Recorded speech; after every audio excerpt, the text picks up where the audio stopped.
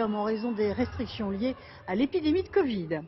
Je vous le disais dans les titres, le lin, champion des fibres écologiques, est devenu à la mode. Vous l'ignorez peut-être, mais la France est le premier pays producteur au monde. En revanche, toutes les filatures sont parties en Chine.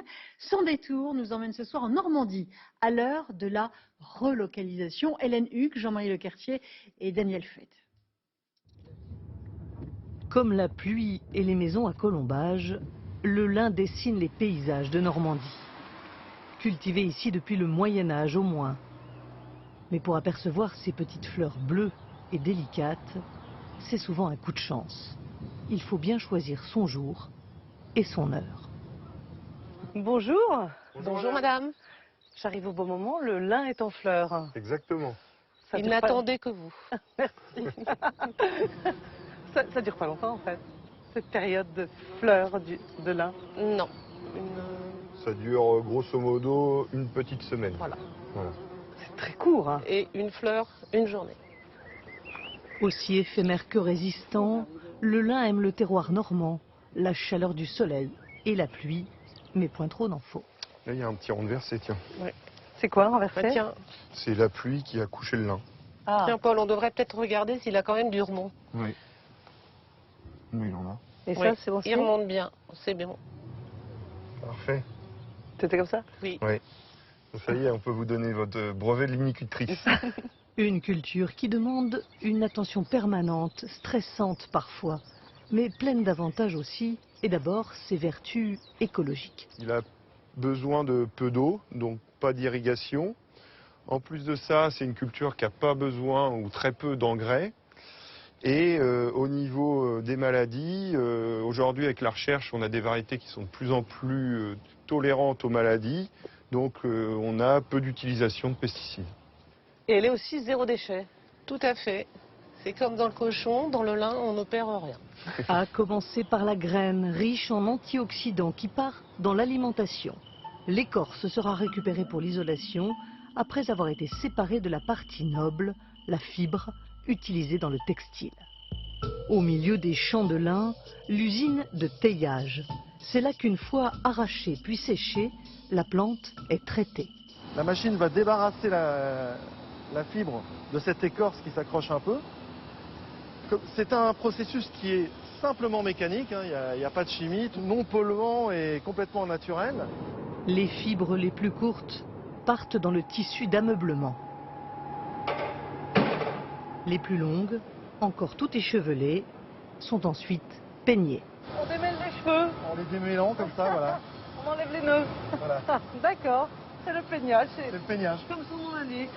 Et les voilà prêtes à être transformées en fil. Bon, voilà, depuis 15 ans, il n'existe plus de filature en France. Le lin doit partir en Italie, en Pologne, voire en Asie pour être filé. La filature, c'est vraiment le chaînon manquant de la filière lin en France, mais plus pour très longtemps. Bonjour monsieur. Bonjour. Ce hangar, il va servir à quoi? Eh bien écoutez, dans 6 mois, on aura ici une filature de lin avec 4 machines à filer, un séchoir qui est déjà en place, un bobinoir. La première filature. La première filature française de retour sur le territoire, oui. Et sur le territoire normand en particulier. Une relocalisation en Normandie avec 25 emplois à la clé. Et surtout, une empreinte carbone réduite pour un textile réputé l'un des plus écologiques au monde. Une image naturelle très tendance aujourd'hui. Dans la famille Lardan, on est tisseur depuis 6 générations. Mais le père avait dû abandonner le lin au début des années 2000, battu par la concurrence chinoise. Non, ça valait plus le coup. Je veux dire, à chaque fois, on était toujours en perte dès qu'on faisait un peu de lin. Le problème maintenant, ce qu'il y a, c'est que toute la filière est partie là-bas. C'est-à-dire que le lin part d'ici pour aller en Chine, mais pour être filé en Chine, pour être tissé en Chine, pour être imprimé en Chine, pour être confectionné en Chine. Et donc c'est toute la filière qui a disparu. Mais depuis octobre dernier, les héritiers tentent de relancer la machine. Côté usine, 2 nouveaux tisserands viennent d'être embauchés.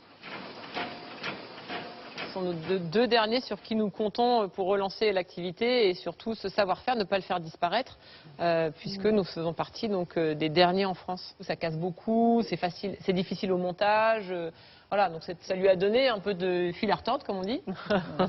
Et j'ai eu la chance en arrivant ici de pouvoir être formée par une personne qui a passé 44 ans ici, en fait le dernier tisserand. Côté confection, une ligne de produits en lin Made in Normandie a été lancée. Voilà. Amélie vient de finir.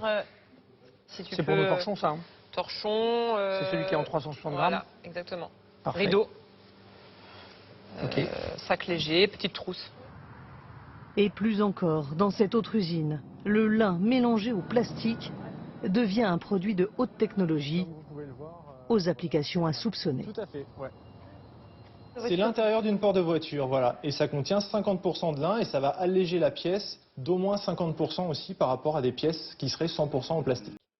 Du lin dans les valises ou les casques de vélo pour la résistance, dans les raquettes de tennis ou les skis pour absorber les vibrations, jusque dans les enceintes ou les instruments de musique. Le lin, à la fois technique, esthétique et écologique. 85% de la production mondiale pousse en France, le long des côtes de la Manche et de la mer du Nord. Une richesse encore sous-estimée. Et nous tenons à saluer les